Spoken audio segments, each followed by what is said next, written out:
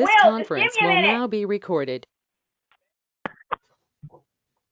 And this is going to be a continuation of the public hearing, application 2020-1, two-lot subdivision, Lincoln Drive, urban 13,000 square feet, all that stuff. Well, when we last met,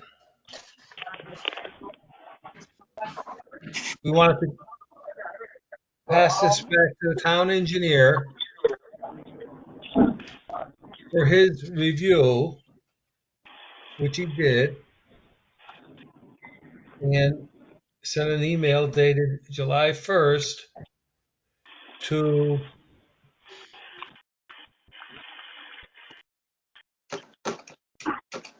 EMK Associates. And I believe that email was answered today.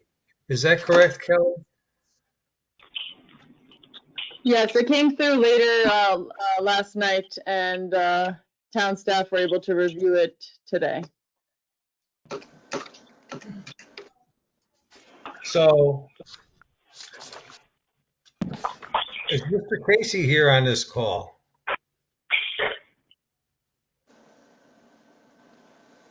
Yes, I'm here. Okay, so John, were all your concerns addressed by the applicant? I think generally, yes, he broke down. One of our questions was the amount of impervious area created by the roadway. Was that accounted for? So he provided more of a breakdown between the driveway, the dwelling, and the new road extension. So that was one of our concerns, and he provided that information. More importantly, he also provided the the percolation tests and test put information for the soil on site, which would be accepting the groundwater infiltration from the stormwater runoff. And the soils seem to be capable of accepting the amount of water that they're proposing to discharge to them. I did have one question for the applicant. That was on the site plan. Seems like the footing drain is tied into the infiltration galleries. So I'm not sure how that works. If the footing drain is taking groundwater, how would it be draining into the infiltration galleries? And if the galleries fill up, will that then in turn be forcing water back up the footing drain into the footing of the structure? That was one question I had. Otherwise, looks like the information that we had asked for was provided. Okay, so is the applicant or his representative here to answer that question? Yeah, yes. This is Fred D'Amico speaking. Yeah, the footing drains can be, and they usually are. I should have disconnected them. I usually don't run the footing drains into the galleys. What I could do is I could relocate those so that they won't drain into the galleys, so they won't be connected with the roof drains. Hi, can I answer? Hi, this is Greg Field calling. Greg Field, the builder. Hey, Fred, there won't be any footing drains here. This is a raised ranch. The first floor is higher than the ground. There's no need for footing drains, so you could scratch them right off the plan. Okay, so that makes. That's correct. Okay, so John, does that take care of your concern? Yes. Okay, so are there any other comments or questions regarding this application for commissioners?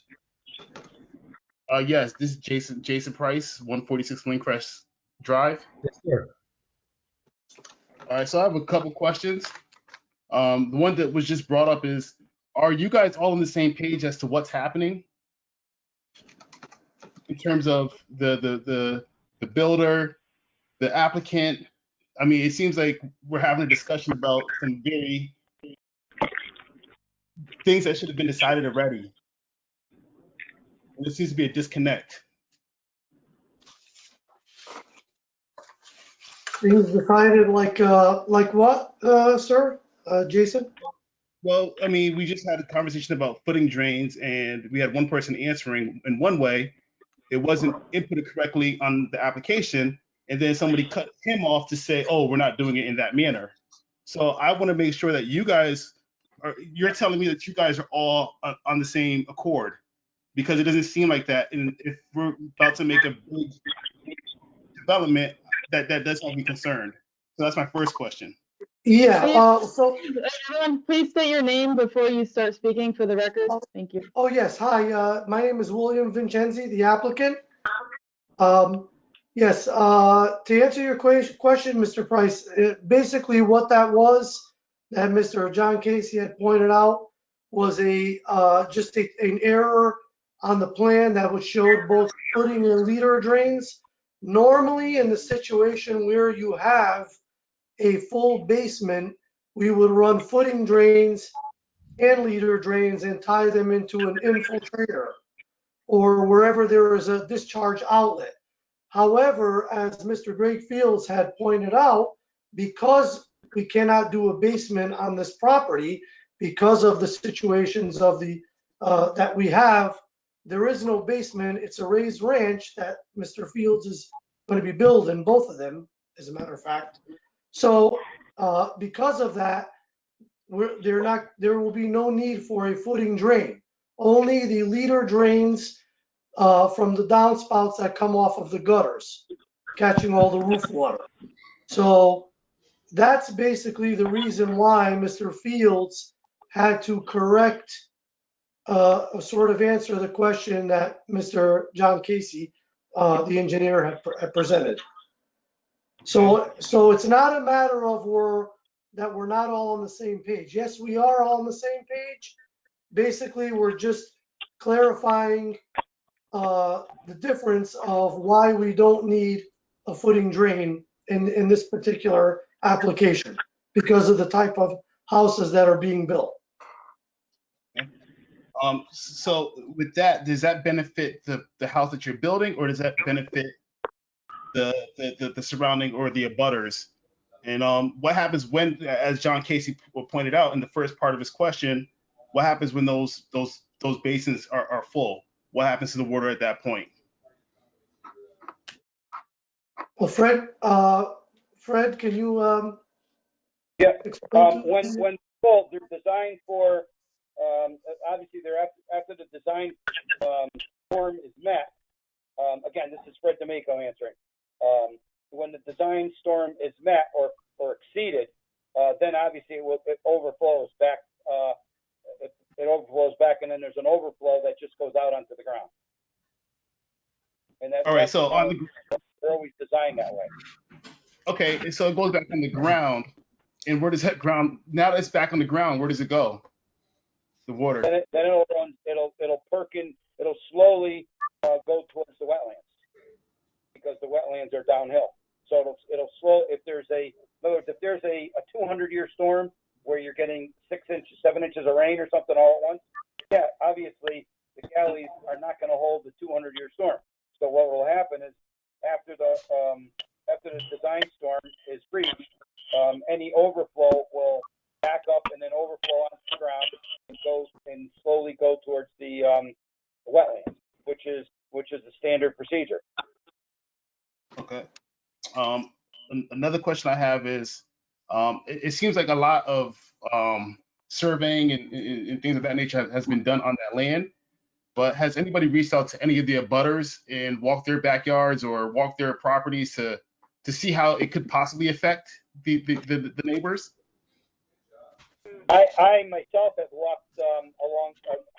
I did survey and the topography. I actually walked along the outside of the property, and I don't feel it'll affect any of the properties because the lowest area it's actually a little bowl there where the wetlands is. So all the drainage will eventually go from these houses will eventually go down into the wetlands, which is So no outside adjoining houses will be affected because they're all above that elevation. You can see the lowest elevation in the middle of the wetlands is like 94. That's 2 or 3 feet lower than the surrounding properties. Well, one of the reasons I asked that question, even last week or the last call, one of the neighbors was talking about the amount of water they get in their backyard often. Also, my surrounding neighbors, they all have pumps in their properties, which have to pump out waters after storms.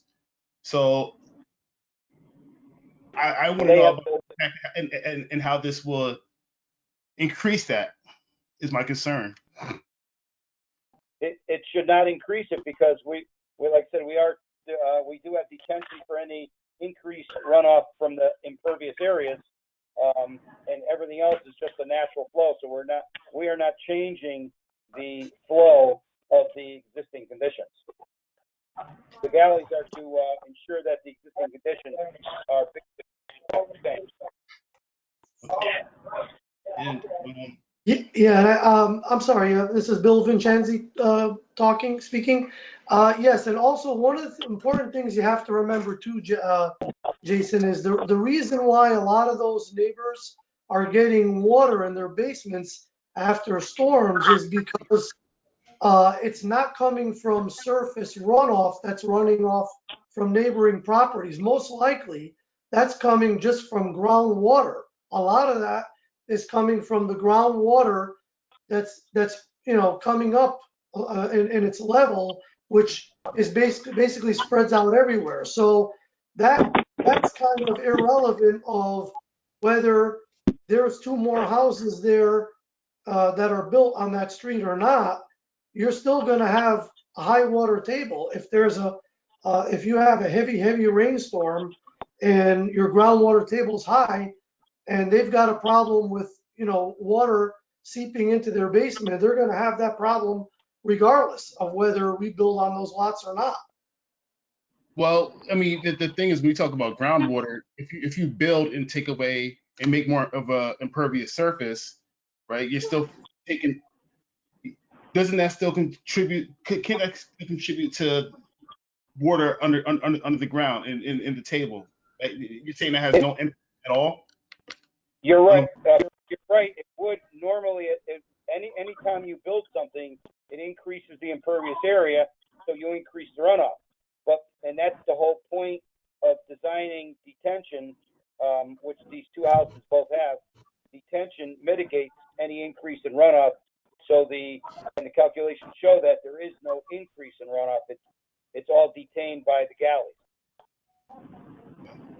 And so I think I could probably be satisfied with 2 more questions. So one is, why is this the best method, right? So why is this not being tied into the Stratford public water discharge system or sewer system or whatever? Why is this the method? Is it because it's the cheapest method, or is it because it's the best method? No, it's not. It wasn't the cheapest method. We're not allowed to tie into the existing catch basins at the end of Lindcrest because they're at their maximum capacity. So the town did not want us to run any of our drains to that existing catch basin because the line that runs off to the west is basically at its maximum capacity. So we could not add any water to that area. So the only way we could do it is put it in galleys and let it, and then any excess would go into the wetlands. But that's the reason why we actually detained all the water on site. So then this is so I guess it's neither. So this is not the cheapest way, but it's neither is it the best way to do it. No, I didn't say it wasn't the best way. Unfortunately, it's probably the more expensive way because I know if I was the builder, I would love not to have to put any galleys in. It would be it's an extra $3,000 to $5,000 to put the galleys in. And so it is one of the more expensive ways to detain the water. But in terms of the city of Stratford not wanting to do it, it has to be my assumption would be from an expense standpoint. And if we could, getting the water as far away from the wetlands as possible would be the best route to go. Would you not agree? No, I don't. No, I don't agree. I would imagine that the city engineer would want the galleys no matter what, because of the new MS4 requirements for the city. Any increase in impervious area has to be contained in some manner, either with a detention pond or galley. And most towns don't want to see detention ponds because everybody's afraid of mosquitoes and dangerous conditions, and they seem that nobody ever seems to take care of them. So most towns would rather see the galleys. Unfortunately, the galleys are the most expensive way to detain the water. It is one of the best ways to detain the water. Unfortunately, it's the most expensive way.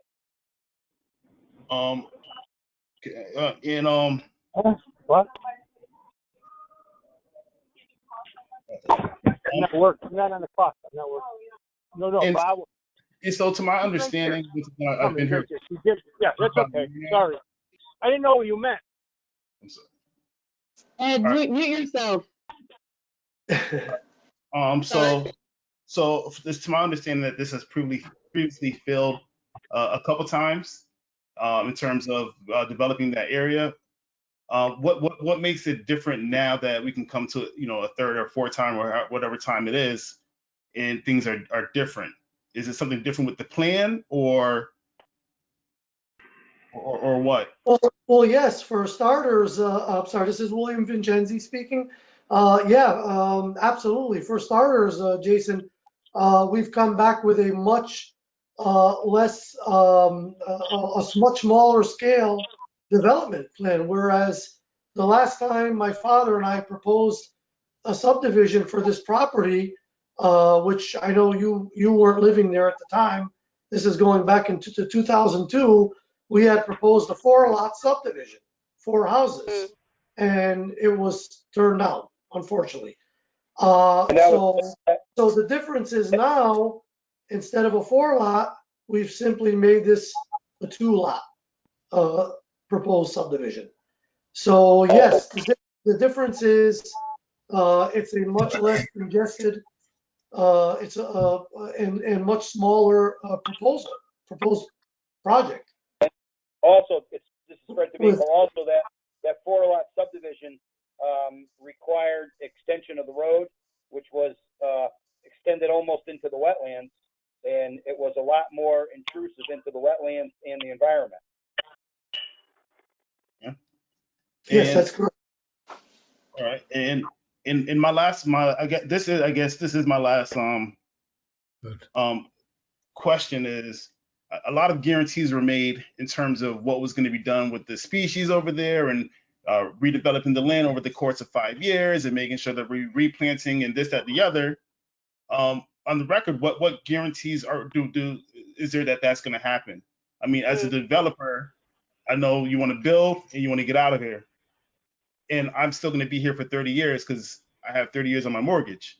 And so I also fear that, right? So, you make your buck, you leave, and now I'm left with promises and, possibly a house that now has lost value. I've been here for a year, so I have the least amount of equity in my house. And go ahead. I'm sorry. I think that's a fair concern that everybody on this call would have about their property value, about not being upside down, about the different damages that can be happen from a money grab, for lack of a better term. Okay. Can I respond? This is Bill Vincenzi. For starters, Jason, I beg to differ on your opinion of your property value decreasing. If anything, this proposed project is going to increase the values of all the surrounding properties in that neighborhood. Number one, because you have brand new houses being built with huge yards, huge lots compared to the size of lots that are there now, with big yards, lots of privacy, and woods that will be left intact. Secondly, that property is going to be cleaned up, which right now and for many years has been a dumping ground for all the neighboring properties that have been throwing their garbage grass clippings, tree branches, brush, all kinds of junk in there. So I don't know how you can say that it's going to decrease value of your property. If anything, it's going to increase everyone's property values Well, there. no, thank you for that. Yeah. I think that's very true. If it goes as planned, right? And so water is one thing, and you know, somebody said it earlier, is that you can't block it, you can only redirect it, right? And so Right. that is the concern that I have, right? I would love to, if you were to say, hey, these are the guarantees. I can guarantee that you're not going to have, you know, increased amounts of flooding. I can guarantee that, you know, even though sometimes when it rains, you know, water goes halfway up, you know, my driveway, doesn't hit my house, but it can go up halfway up my driveway, that it's not going to go any more than halfway up my driveway because it's been doing that from before I lived here, you know? So those are my concerns. Those are the things Right. that if I start to have more of a water issue or whatever in my front yard or my backyard, that my house will lose value, unfortunately. And so I do hope that, you know, the what you're saying would be true in terms of that value going up. But, you know, once again, you know, all those promises being made about, you know, over 5 years and the things that are going to happen, are they, how do I hold you or Mr. Greg or whomever to account? Yeah, Mayor, and I'm sorry, it's the building fence here. And absolutely, I can understand your concerns, Jason, and you know, I can honestly tell you that one of the biggest problems why you're seeing water occasionally backing up to your driveways, because I think we addressed this in the last meeting, was because of the fact that those storm drains, those two storm drains at the end of the street are most likely clogged and filled with sedimentation. And that is one of the big part of the problems why I can understand you and some of your neighbors being concerned, because I know for a fact there's two factors here. One of them being the storm drains that do occasionally get clogged and need to be cleaned out by Public Works. The other one being that the line that those two storm drains feed into is a very antiquated line, which from what I understand is about 100 years old, that crosses over to Spring Street. That line, which Mr. D'Amico, the engineer, was also mentioning, is at its maximum capacity, which really doesn't really have any bearing on us because we're not even tying in any of our stormwater to those outlets. So I think that's.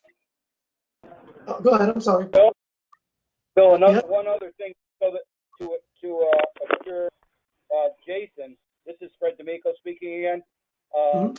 I'm sure the Wetlands Commission, if approved, is going to require some bond that will be held, I would imagine, for a year, until to ensure that the galleys are installed and properly installed, and until the lots are stabilized, so that they can't be half built and then just left in disrepair, so that you don't have the galleys put in and you don't have the mitigation. Most of the time, when Wetlands Commissions do approve something, they also require some kind of a bond to ensure that it does get installed properly. Right. This is Kelly Kerrigan. If I may expand upon that, every permit that we issue is a conditional permit, and one of those conditions is the posting of a performance bond. So we take the engineer's probable opinion of cost for sedimentation and erosion controls and site stabilization. In this case, that would also include the mitigation, the removal of invasive species, the planting of native species. That will all be covered in the performance bond that they have to post cash to the town, and we hold that to ensure that they complete the work, and they don't get that money back until the work is completed.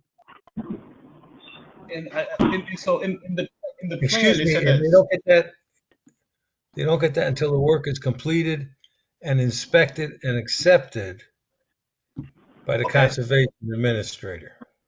And so I know that the one part of the plan that was discussed, that it was going to be over the course of a couple of years of things needing to happen. Right? Am I correct in saying so? Correct. So you would hold their money for the next couple of years until everything that they stated was done. Correct. We sadly have money dating decades back on some projects. But no, we have some active projects that have been ongoing for a few years now. We're still holding the performance bond, waiting for them to complete their work and come to before the commission to release the performance bond. So we hold the money for as many years as it takes typically. And so I guess a question with that. So is it the case that sometimes it's cheaper that you keep the money than to go back and finish the job? Very rarely. Usually the bond is set so that it's cheaper to do the work than let the town keep the bond. I mean, that satisfies all the questions that I have written down. I do oppose the development, but in terms of the questions being answered, thank you for taking the time to answer all the questions I have. Thank you. Any questions or comments from any other commissioners? Yes, Tom, this is Commissioner Waite. I have a question. Is there anything, I know William Vercenzi was mentioning the storm drains at the end of the street being clogged up and they're antiquated. Is it possible there's just something in the plan for the town to look at that for the owners in that area to try to help alleviate some of the water? I think, this is Fred D'Amico speaking. I think Yes. you would have to adjust that to the Public Works Department. I don't know if they're planning on upgrading that pipe, or if nothing else, at least clean out the catch basins. You can have me, I will read two if you want me to read two. Okay, which ones do you want? All right, so Okay, John, thank you. I don't know the answer to your question. It has to be Kelly taken up with the and Public Works, yeah. Casey, I guess all we can do is take a look at those drains and make sure they're clear and that they're at their maximum capacity, correct? Yes, if they're kept clean, it's probably not a problem. And it's like that anyway. I'm sure they're old catch basins without sump, so that as soon as it starts filling up with sediment, they start clogging up the pipe. And so they just have to clean out once or twice a year, I'm sure. Oh, okay, good. Turn on your turn. All right, John, I don't know if that answers your question because it's an ongoing maintenance problem. And could Yeah, be cleaned today and plugged up in a week from now, depending on conditions. Who knows? Yeah, the residents should probably get to the Public Works at the town hall and ask them, set up an appointment for them to come out and seriously look at the storm drains. That's right. Jason Price here again from 146 Lindcrest. Yes. I don't want to muddle the fact that those are two separate issues. Yes, there is water that isn't able to vacate quick enough because of those storm drains, but there is still the water table issue, and there's still people whose houses still have water issues all around me. So I think that, yes, we would love for Public Works to come take that a look at that, expand that, and things of that nature, but those are still two separate issues that need that aren't one and the same. Like, one doesn't resolve the other. Right. Well. All right. Any other questions from any commissioners? Any comments? Tom, Ron Yes, sir. Hoytich, I have a question, like a technical question. According to our regs, I think the applicant has to formally supply us with a reasonable and prudent alternative. Is the fact that it was formally presented as a 4-lot subdivision and reduced to 2-lot, is that his reason for a prudent alternative? I can answer that. I think this again, it's Fred D'Amico. I definitely think that actually this is the reasonable and prudent alternative to the 4-lot subdivision, because it's narrowed down to we're not extending the road. We're doing very little, Mr. Bump was thoroughly improvements to fed the up. road, of It did not putting two out matter. before, and also, we're keeping the whole, basically 75% of the property in conservation and will be left untouched in perpetuity. So Okay. it'll always be left, basically wooded, except for the two dwellings. Tommy, is Kelly okay with that? Does that fulfill our requirement on that, on our reg? Well, I would think that it's an alternative. I mean, we can't Usually take, they have to we can't present take a the prudent property alternative, until right? we can't do anything with it. Right. Well, Kelly, your thoughts?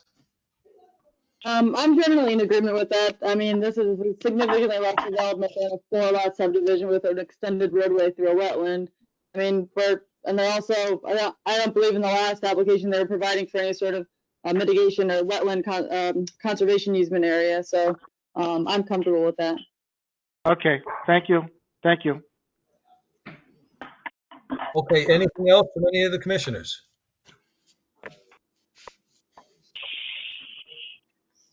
Hearing nothing, I'd like a motion to close this public hearing. Motion by Ed Cinto.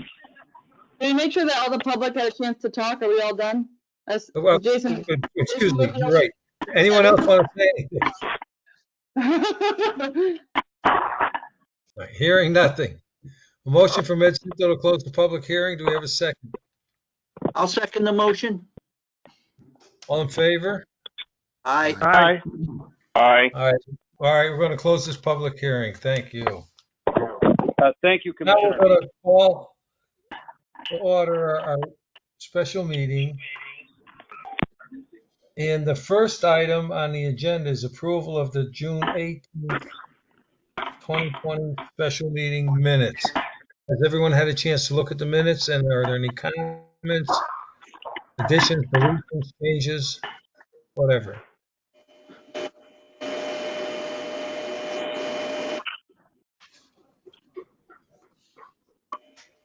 No. Hearing silence, I guess there's no addition. We have a motion to approve those minutes. I'll make a motion to approve the minutes. Mr. Wait, a second? I think a second by Ed Cinto. All in favor? Aye. Aye. Aye. Opposed? Nothing. All right. So now we move on to whole business.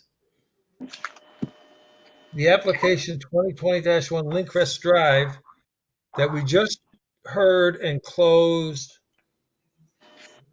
in the public hearing. Mr. Chairman, I'll make a motion to take application 20-20-1 off the table. We have a motion to take it off the table. We have a second. I'll second it. Second by Mr. Waite. All in favor? Aye. Motion's off the table. We have any discussion from anyone? Mr. Chairman, Ed Cinto, I'd like to make a motion to approve. Or we have a motion to approve. Do we have a second to that motion? I'll second the motion. We have a second. Is there any discussion of this motion? None? McCann, is that you? I don't hear you. Bill McCann, are you speaking? Put your microphone on. I see your voice. I see your mouth moving, but I don't hear anything. Can anyone hear him? Don't encourage No.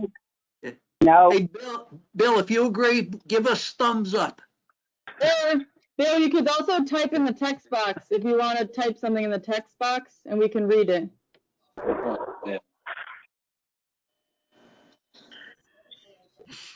No? Okay. He's all right. He's all right. Okay. All right, we have a motion. We have a second. I'm not sure we don't have any discussion, but I think we might not. It looks like Mr. McCann is okay. Dennis Wade, are you okay with this? I'm fine with it. All right. Tom, you should take a roll call vote. Yeah, all right, we'll take the roll call. You want to call it, Gail? Because I don't even know who's here. We have McCann, Wait, Everybody, I think everybody's here. I I don't know can't which. spell my screen. I got nothing but Yeah. initials Ron's for David heck. here. Chess is not here. David Chess is not here.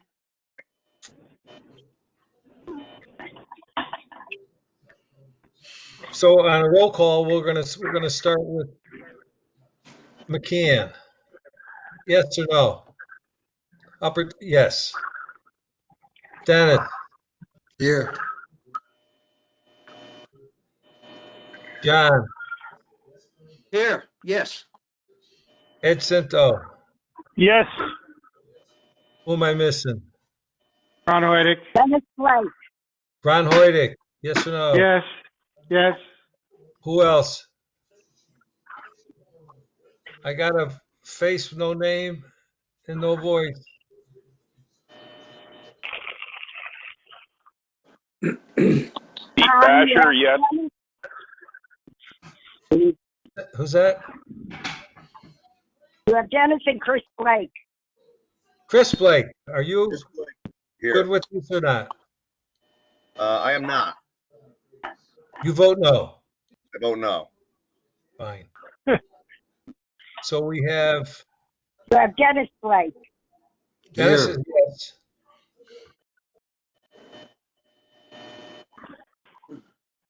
Is that everyone? So what do we have, Gail? Did Dennis Blake vote? Here. Dennis voted yes. Yes. Okay. So we have And now you. 4 yes and 1 no. Is that correct? We have Bill McCann, Dennis Blake, John Waite, Ed Cinto.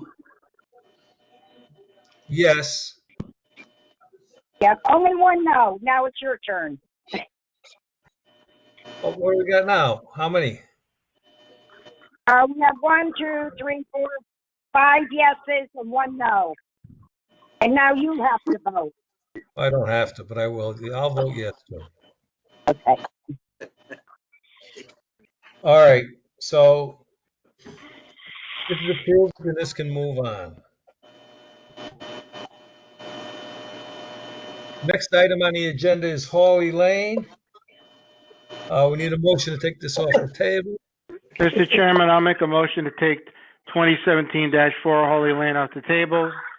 We have a motion from Ron, Second it. Boyer. We have a second. I'll second it. Second it. We have a second. So it's off the table. So this, I believe, is all concerning this fill material. And is the applicant or his person here to speak? It looks like Mr. Knott is here. Yes, I am, Mr. Chairman. Can you hear me? Barry, I can hear your dulcet tones loud and clear. Oh, thank you. Good evening, everybody. I'm here. Jim Fitzpatrick is here, and George Logan, our LEP, is also here. And I think Bill Jackson, the soil scientist / LEP, is also here. And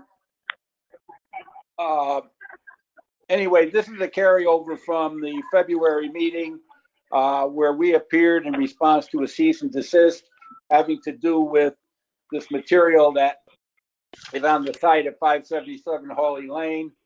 And at that meeting, we discussed the background of the location of that material. Essentially, it was generated from the firemen going in and using the building as a exercise vehicle. They had asked if they could use it to train the firemen. Jim said yes. Some of the material that's in the driveway right now came from that exercise. The rest of it came from Eversource. When they were going in doing renovations around the high towers in the area, they asked him if they could put some clean fill on the property, and he said yes. Originally, we had received wetlands approval in order to build a restaurant on this site in 2017. And nothing has happened since then because Jim is in the process of obtaining construction financing, and then COVID happened and the whole thing was delayed. So as a result of the February meeting, the cease and desist was withdrawn. The way we left it at that meeting, Kelly was going to talk to George Logan and get George to answer whatever questions Kelly had regarding the type of material that was on the site, George's recommendation, et cetera. And I won't speak for George, but from what I understand, he and Kelly spoke about the situation. There was a determination made that Kelly wanted some soil testing done on the material that was there. Bill Jackson was hired by George to do the soil testing. Bill did the testing. He submitted a report to George and Kelly. That report found that there was no contaminated material that exceeded the regulatory standards in the material on that site. There were further questions that Kelly had asked, which Bill responded to by email to her on July 1st, 2020, in which he essentially said that petroleum, carbohydrins, and total asbestos were not detected. Total metal concentrations were within the range of background concentrations for these materials in uncontaminated soils in the area. And that information has been submitted to Kelly, and I believe that should resolve all outstanding issues. I hope so, anyway. If I might make a couple of clarifications, this is George Logan, Remycological Services. Number one, I'm not an LEP. I thought I was promoted for a second, but I'll demote myself. Mr. Jackson is the LEP. I'm the lowly soil scientist. The other thing is that, just to clarify that, I had a couple of conversations with Kelly. I'm not working though.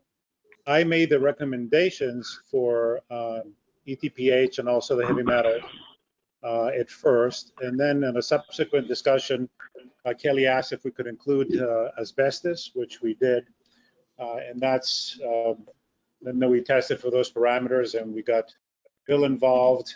There was an initial testing that was done by Mr. Fitzpatrick. We did an additional test just to be sure.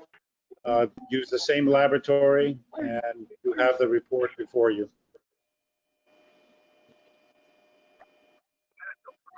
Thank you. Kelly, you have any comment?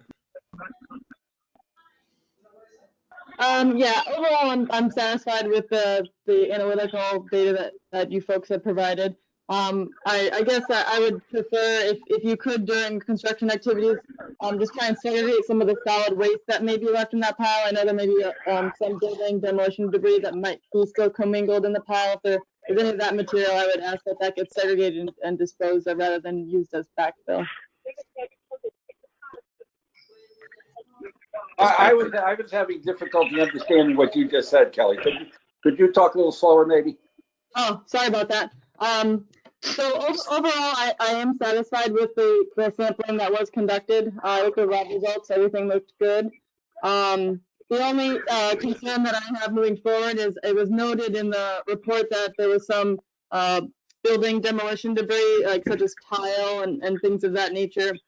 So my recommendation moving forward, when you do get ready to go into construction, if any debris like that is identified in the pile, the stockpile, if it could be removed or segregated and just hauled off site for disposal rather than using it as backfill, that I would prefer that. Jimmy? I can answer that. Jim Fitzpatrick, developer. Yeah, definitely not going to backfill or use debris, wood debris, or any kind of building debris for for fill. It'll all be clean fill coming in there. So yes, when that'll be all cleaned up, put in dumpsters, and hauled off site to a dumping facility. Any comments or questions from any commissioners? Yeah, Tommy, Ron Hoyt, I have a question, just for my own personal information. From what I hear and what I read in the report, it appears that the soil is stable. It's not an environmental issue. So it's better just to leave it there, don't move it, wait until the demo starts, and then they could relocate the pile at the designated stockpile area. Is that what it is? You want to answer that, Jimmy? Jim Fitzpatrick, developer. Well, I'm going to have to move the material out of the way when we start the demolition process. Yeah, but I mean, before that, as long as you're not doing anything with the building, it's better just to leave everything where it is, correct? Oh yeah, yeah. I have no plans in going in there until, you know, this COVID didn't help my financing at all. So you know, I hate to bring it to you know, financing, but that's where I'm at. So Yeah. hopefully, you know, I mean, restaurants are closing. I'm building one, so you know, who wants their fire sale? Yeah, You yeah, know? bad timing. Bad timing. Really. So I just a question to the chairman. Do we have to make a motion in that sense that everything stays where it is, no disturbance, leave the soil and erosion controls there, and when it comes time to do the demo, then he starts to move the material? I'm not sure. We asked a question about the composition of this material, and we asked for assurances that it was suitable, as Right. my recollection. Right. I suppose. May I speak, Mr. Chairman? Yes, sir. The issue that brought this thing to your attention was the cease and desist. That was withdrawn in February, subject to Kelly and George resolving questions about the type of material. Those questions have now been resolved. So I don't think there's any action required other than to strike it from the agenda. Okay. That seems I work with her. reasonable to me. I mean, we have Mr. Fitzpatrick's assurance that he's going to just leave it there. And why would he move it around? That seems reasonable to me. You know, I'll put that to the rest of the commissioners. Hey, Tom, Ed Cinto here. Yes, sir. Okay, I have no problem with you leaving the material in there as long as it doesn't put any more encumbrances on Mr. Fitzpatrick. I don't think we should make that a stipulation. He has to leave it there. But if he wants to and it's in his best interest, then he could. That's all I'm saying. I don't think he, as long as it doesn't damage him in any way. Right. Mr. Chairman, I'd like to speak to Jim Fitzpatrick. Yes, sir. I appreciate that comment, Mr. Cinto, because once I post my bond, I'd like to then get in and finish up, put my silt fence in, have that meeting with Kelly, walk the site, do what we're supposed to do, and I'd like to move some material around, not away, but around and set up for the demolition process at that point. So, you know, the material would move a little bit, but it would be flattened out and would be taken away from the wetland. I mean, again, I'll be bringing 3,000 yards of material in there, putting it up against the wall, you know, and it'll be well secured with the silt fencing that was designed by George Logan, and it'll all be, you know, it'll be taken care of. And I will need to get in there and do some preparation work. That's what understood. It will also be supervised because you'll be meeting with Kelly and she'll be on site with you, correct? Absolutely. Yeah. So, how do we dispose of this matter? Motion to strike it from the agenda. Somebody make a motion to strike it from the agenda. I'll make a motion to strike it. I'll make a motion to strike it from the agenda. Who's that? Second. Hoyt? Yeah. Motion. Second. All in favor? Aye. Opposed? Done. Mr. Chairman, this is Commissioner Wade. I have a quick question for Mr. Fitzpatrick. When you start moving the debris or moving it, are you going to water it down to control any dust debris? It's not that type of material. I mean, if I see that it's going to be, and we've gotten a lot of rain lately, thank God. But I think I'm probably going to end up getting into it during the rainy season or a little bit more frequent rain. Okay. If it has to be dusted, watered down, I can water it down, but I can't water down material coming in all the time, or I'm going to create mud and a real bad and a non-compactable situation for the material. So, but I know what you mean, and I'll keep an eye on that. Yeah, it would just be for concerns of the population, the people in the area, that's all. All right. Well, I agree. Okay, I understand. Okay, so we're all done with Mr. Knott and Mr. Fitzpatrick, correct? Thank you, folks. Thank you, Kelly. Thank you very Thank you, much. Tommy. Thank you. Moving on to new business. Thank you, Bill. Thank you. Appreciate it. I don't believe we have any new business. Correct me if I'm wrong.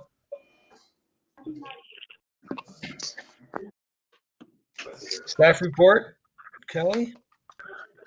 All right, really quickly, two things to highlight. The PO is in processing for the conservation easement signs and the inland wetland boundary signs. That I need to check in on that because it's been a little while. I'm not sure why the approval of the PO is being held up. But we have a sign company lined up, and once the PO is ready, they will go into production. Nate, the intern, has been working with MetroCog. They finally reviewed all of his polygons and his shapefile in GIS, and they are working on fine-tuning some of what that interface is going to look like for that conservation easement mapping. He's working on that this week. And other than that, I think that's all I have. I have no notices of violation, no administrative reports, which is very rare. And that's all I have. Thank you. Commissioners Forum, anyone have anything they want to vent about? Silence, beautiful. We need a motion to adjourn. I'll make a motion to adjourn. Make a motion.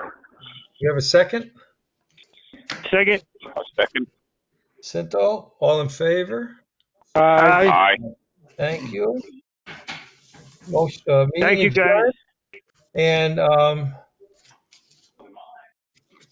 thank you. It was very good tonight. All right. Ed Cinto, Yes. you all done with the waterfront meeting too? No, I'm going on it now. All right. I have Mr. Rock in charge. I have Mr. Rock Billy. running it. He likes that, so. Yeah, oh yeah.